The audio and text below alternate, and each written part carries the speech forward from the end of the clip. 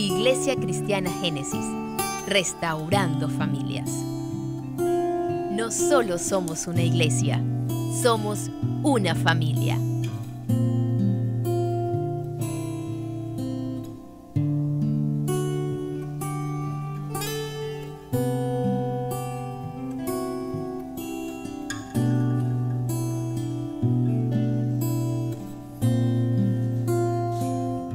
Buenos días, mis amados hermanos de la Iglesia Cristiana Génesis. Aquí estamos de nuevo para celebrar un nuevo culto al Señor y pues le doy las gracias especialmente a mi pastor Giovanni Rodríguez, quien ha permitido que nosotros lo suplamos en nuestras predicaciones, y gracias a la misericordia del Señor pues estamos aquí de nuevo. El lema de este mes es la iglesia confiando y esperando en las promesas del Señor. Y vamos hoy a hablar en el Evangelio según San Juan, en el capítulo 14, en los 3 primeros versículos.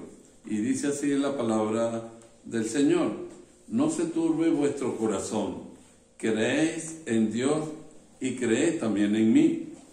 En la casa de mi Padre muchas moradas hay. Si no fuera así, yo os lo hubiese dicho.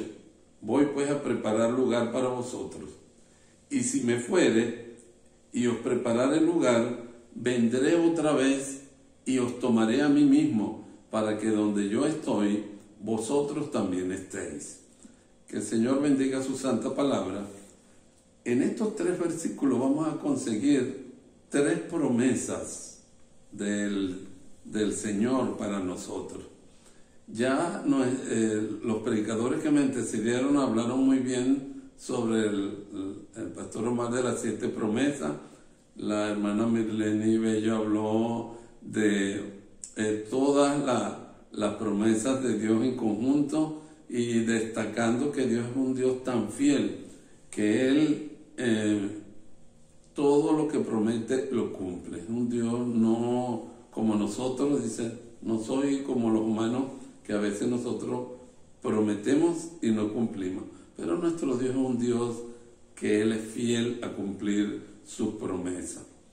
Y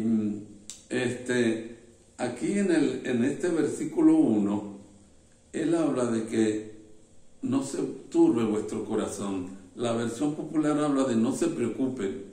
Hay otras versiones que dice, cónchale, ¿por qué están tan angustiados en su corazón? Entonces uno se hace la pregunta, ¿por qué los discípulos estaban angustiados? Y si uno observa el capítulo precedente, que es el 13, vamos a ver por qué la angustia, porque inclusive el 13:21 dice que hasta el Señor estaba profundamente compungido en su corazón. ¿Por qué? Porque se acercaba la hora de irse y el Señor no quería dejarlo solo. Pero Él de todas maneras les dijo a los discípulos, tengo que irme.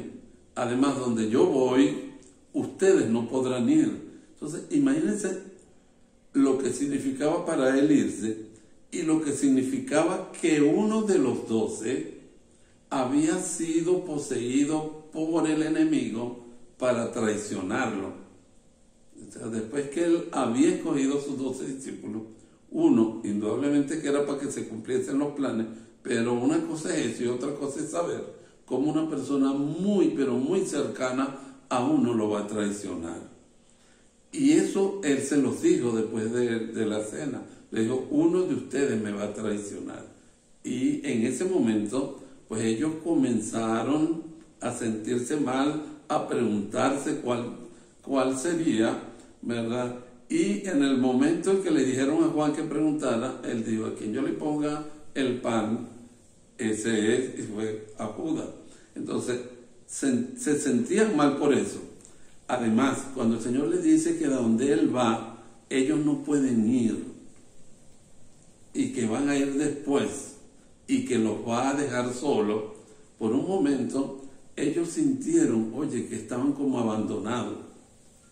ellos habían compartido durante 3 años. Si el Señor se quedaba en una casa, ellos se quedaban. Si no se quedaban en ninguna parte, en la calle, todos se quedaban. O sea, no había lugar donde ellos no fueran con el Señor. Y ahora le dice al Señor que ellos no pueden ir a donde van. A veces, mire, nosotros no entendemos muy bien ciertas cosas de las Escrituras y por eso nos angustiamos. Pero aquí era una realidad que ellos estaban angustiados porque el Señor los iba a dejar. Es verdad que Él tiene otra promesa de las que mencionó Omar, que fue la de dejar al Espíritu Santo por Él. Pero una cosa es dejar al Espíritu Santo y otra cosa era Él, que había compartido mucho con sus discípulos. Y ellos habían llegado a compenetrarse mucho con ellos. Bueno, imagínense ustedes cuando en Hechos 20 Pablo convocó a los ancianos de la iglesia de Éfeso, en los cuales había pasado casi 3 años con el Señor. Y dice que cuando estaban en Mileto y se estaban despidiendo, los ancianos comenzaron a llorar y a agarrarse de Pablo, porque Pablo les dijo que era la última vez que lo iban a ver.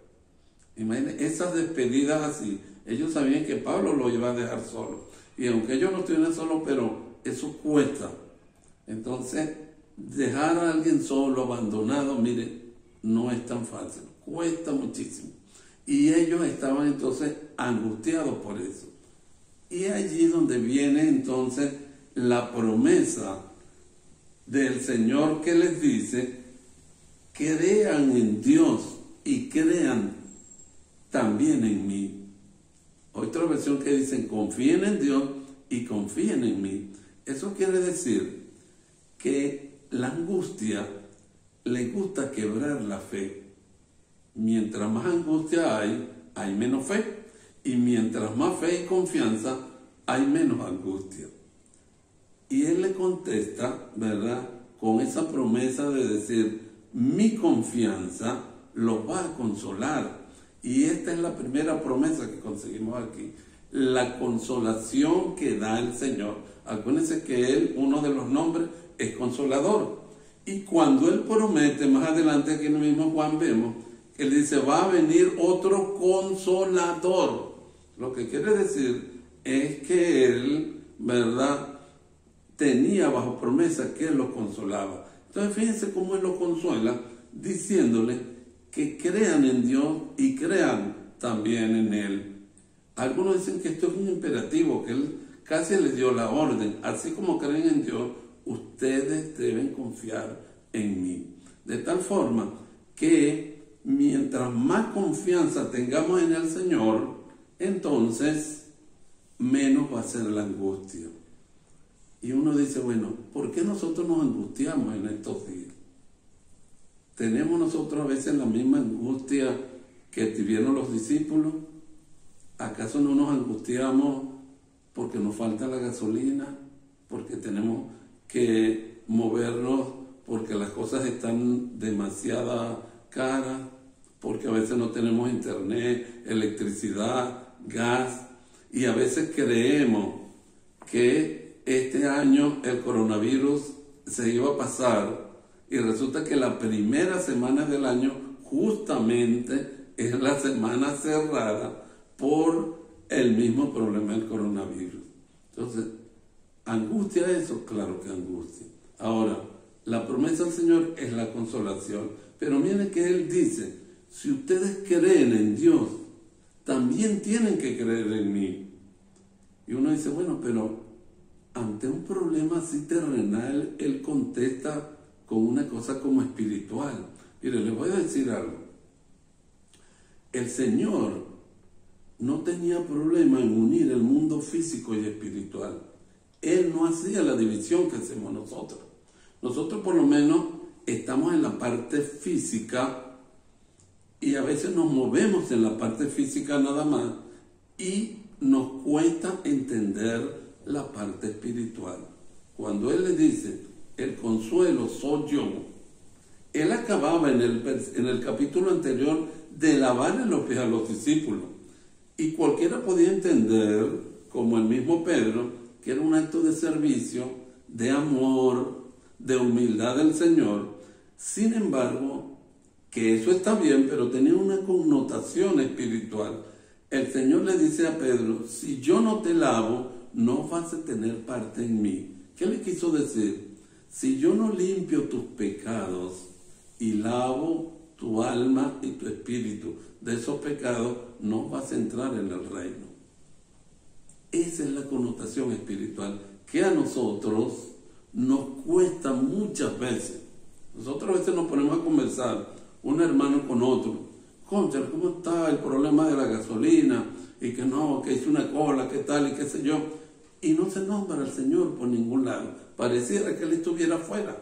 En cambio, fíjense cómo el Señor, ante un problema que ellos tenían en ese momento de sentirse abandonados, le dice, confíen en mí. Si yo le lavé los pies, yo puedo hacer mucho más cosas que ustedes. Y Él dice, mi promesa es que en la medida en que ustedes se angustien, la confianza en mí les va a disminuir su angustia, su preocupación. ¿Y cómo se aplica eso? Bueno, si yo no creo que Dios me va a suplir a mí de gasolina, entonces yo ando en el mundo cosmo, solamente físico, ¿verdad? Y no ando en el mundo espiritual. Acuérdense que cuando él tenía 12 años y se perdió, que María y José comenzaron a preocuparse, ¿dónde estaba? Que tú apenas tienes 12 años. Y él contestó, ¿cómo? En los negocios de mi padre ando. Contestó con la parte espiritual. Así, porque él no está lejos de eso. Dios no está lejos ni de la gasolina, ni del problema del alto costo de la vida, ni siquiera del coronavirus. No está lejos. Lo que pasa es que somos nosotros los que a veces estamos lejos y no tenemos la confianza puesta en Él, esa fe, esa confianza de que Él, ¿verdad?, nos va a suplir, nos va a consolar. Su presencia solo nos va a consolar. Y acuérdense que Él, cuando le prometió a ellos el Espíritu y a nosotros para que nos moviéramos en ese mundo espiritual. Nosotros es que no estamos acostumbrados, sino a movernos en nuestro mundo físico. Si yo puedo comprar la gasolina, entonces yo la compro. No importa el precio que sea. Y no tengo que darle gracias al Señor porque estoy poniendo de mi plata. Ese es el error. No admito que el Señor juegue un papel en eso, ni para agradecerle. En cambio, Él combina esa parte. Fíjense, en el versículo siguiente, en el 2, dice, en las casas de mi Padre muchas moradas hay. Si no fuera así, no se lo hubiese dicho, voy pues a preparar lugar para vosotros. Ellos iban a quedar solos, se iban a quedar sin la presencia física del Maestro, del Señor. Y Él le contesta, pues que en las casas de mi Padre yo tengo lugares y viviendas. Él va a ir para allá a prepararla. Esa es la segunda promesa que vemos aquí en este paquete de promesas de 3. En esta segunda promesa, Él dice, voy a preparar un lugar para ustedes. ¿Qué significa eso? Que en el contexto, por ejemplo, judío, cuando alguien se iba a casar, los terrenos de los padres eran muy amplios y el novio preparaba algo para que cuando se casara allá, en la casa de los padres, iban a vivir con su prometida. Era una promesa. Pero nosotros, como no lo entendemos así, porque a veces se nos complica la cosa y no tenemos esos lugares como antes, entonces no entendemos mucho. Pero ellos estaban entendiendo que Él no los iba a dejar solos, les iba a preparar un lugar. Imagínense lo que significa que Él, en la predicación anterior, recuérdense, yo me referí a Él como fue la exaltación grande de Él, que estaba ya en los cielos.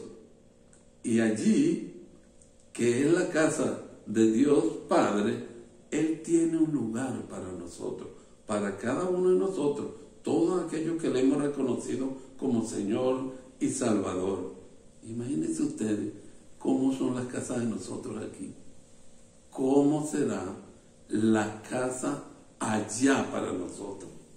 Es como una suite real. Y yo digo, mire, aunque sea un cuartico que a mí me dejen allá en el cielo, mire, Señor, yo me conformo.